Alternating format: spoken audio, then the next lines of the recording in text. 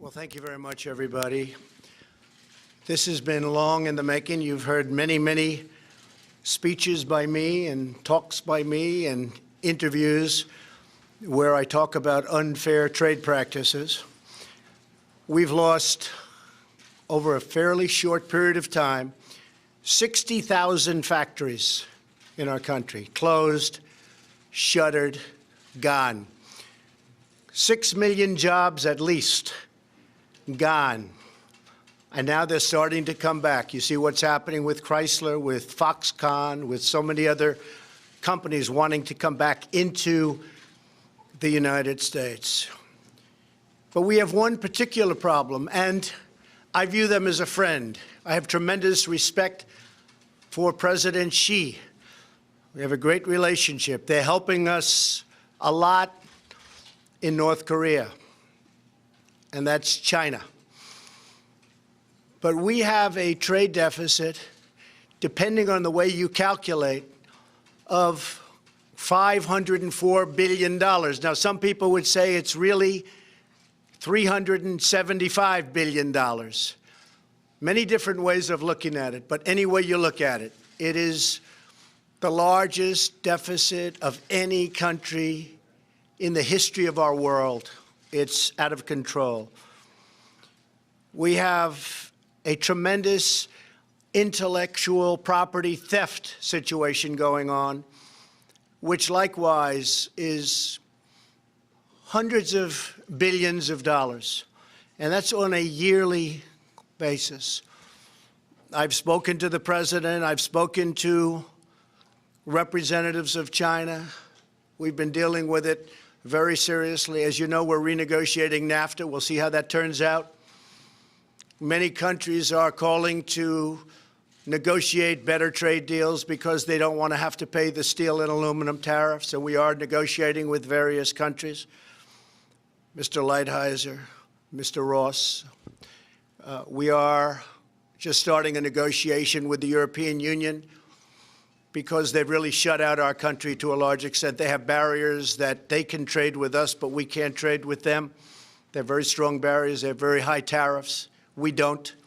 It's just not fair. NAFTA has been a very bad deal for the United States, but we'll make it better, or we'll have to do something else. The deal we have with South Korea is a very one-sided deal. It's a deal that has to be changed. So we have a lot of things happening, but in particular with China, we're going to be doing a Section 301 trade action. It could be about $60 billion, but that's really just a fraction of what we're talking about. I've been speaking with the highest Chinese representatives, including the president, and I've asked them to reduce the trade deficit immediately by $100 billion. It's a lot. So that would be anywhere from 25%, depending on the way you figure, to maybe something even more than that. But we have to do that. The word that I want to use is reciprocal. When they charge 25% for a car to go in, and we charge 2% for their car to come into the United States, that's not good. That's how China rebuilt itself. The tremendous money that we've paid since the founding of the World Trade Organization, which has actually been a disaster for us. It's been very unfair to us. The arbitrations are very unfair. The judging's been very unfair. And knowingly, we always have a minority, and it's not fair. So we're talking to World Trade, we're talking to NAFTA, we're talking to China, we're talking to European Union. And I will say every single one of them wants to negotiate. And I believe that in many cases, maybe all cases, we'll end up negotiating a deal. So we've spoken to China, and we're in the midst of a very large negotiation. We'll see where it takes us. But in the meantime, we're sending a Section 301 action. I'll be signing it right here, right now. I'd like to ask Bob Lighthizer to say a few words about the 301 and where we are in that negotiation. And we're doing things for this country that should have been done for many, many years. We've had this abuse by many other countries and groups of countries that were put together in order to take advantage of the United States, and we don't want that to happen. We're not going to let that happen. It's probably one of the reasons I was elected, maybe one of the main reasons, but we're not going to let that happen. We have right now an $800 billion trade deficit with the world. So think of that. So let's say we have 500 to 375, but let's say we have 500 with China, but we have 800 total with the world. That would mean that China is more than half. So we're going to get it taken care of. And frankly, it's going to make us a much stronger, much richer nation. The word is reciprocal. That's the word I want everyone to remember. We want reciprocal, mirror. Some people call it a mirror tariff or a mirror tax. Just use the word reciprocal. If they charge us, we charge them the same thing. That's the way it's got to be. That's not the way it is. For many, many years, for many decades, it has not been that way. And I will say the people we're negotiating with, smilingly, they really agree with us. I really believe they cannot believe they've gotten away with this for so long. I'll talk to Prime Minister Abe of Japan and others, great guy, friend of mine, and there'll be a little smile on their face. And the smile is, I can't believe we've been able to take advantage of the United States for so long. So those days are over. Ambassador Lighthizer, thank you. Well, thank you very much, Mr. President. First of all, for those of you who don't know, Section 301 is a statute that gives substantial power, authority to the President to correct actions in certain circumstances where there's unfair acts, policies, or practices by our trading partners. In this case, the area is technology. Technology is probably the most important part of our economy. There's 44 million people who work in high technology areas. No country has as much technology-intensive industry as the United States, and technology is really the backbone of the future of the American economy. Given these problems, the President asked USTR to conduct a study. We conducted a thorough study. We had hearings. We reviewed tens of thousands of pages of documents. We talked to many, many business people.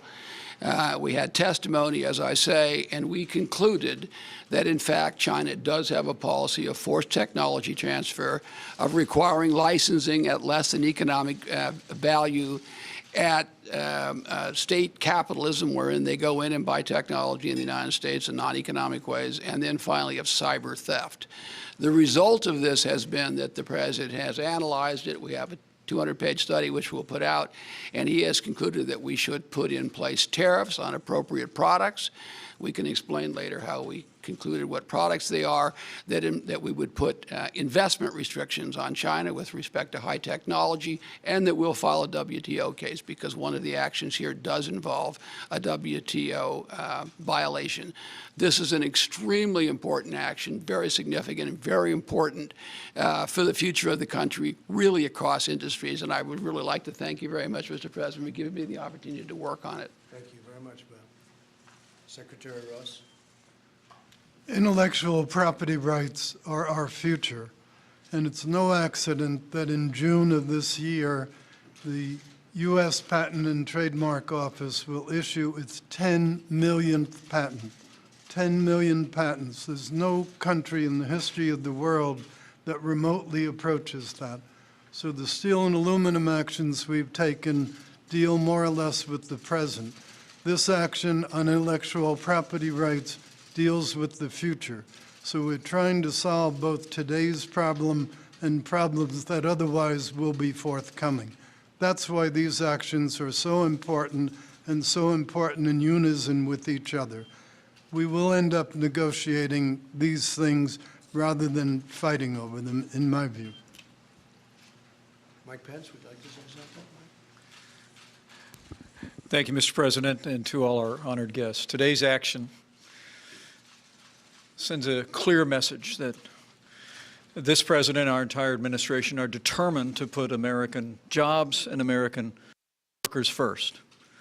The action the president will take today under Section 301 also makes it clear that the era of economic surrender is over. The United States of America is taking targeted and focused action to protect not only American jobs, but America's technology, which will power and drive an innovation economy for decades to come. It is just one more step of a promise made and a promise kept by President Trump. So we'll sign right now. I just want to let everybody know, just for a second time, that we are in the midst of very major and very positive negotiations. Positive for the United States, and actually very positive for other countries also. We have some of our great business leaders and leaders, period, right behind me. I may ask Marilyn Lockheed, the leading woman's business executive in this country, according to many. And we buy billions and billions of dollars worth of that beautiful F-35. It's stealth. You cannot see it. Is that correct? That's correct. Better be correct, right? Absolutely. Marilyn, please say a few words.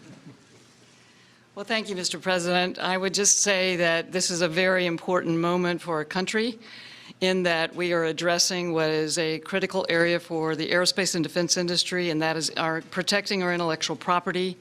As has been expressed, that is a threat to us if we have that stolen from our companies, because that is the lifeblood of our companies. And so we very much welcome this action on the part of the Trump administration and the President of the United States. Thank you. Thank you, Marilyn. Pardon me, sir.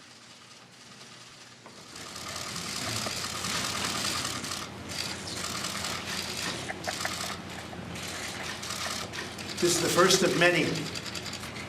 This is number one, but this is the first of many.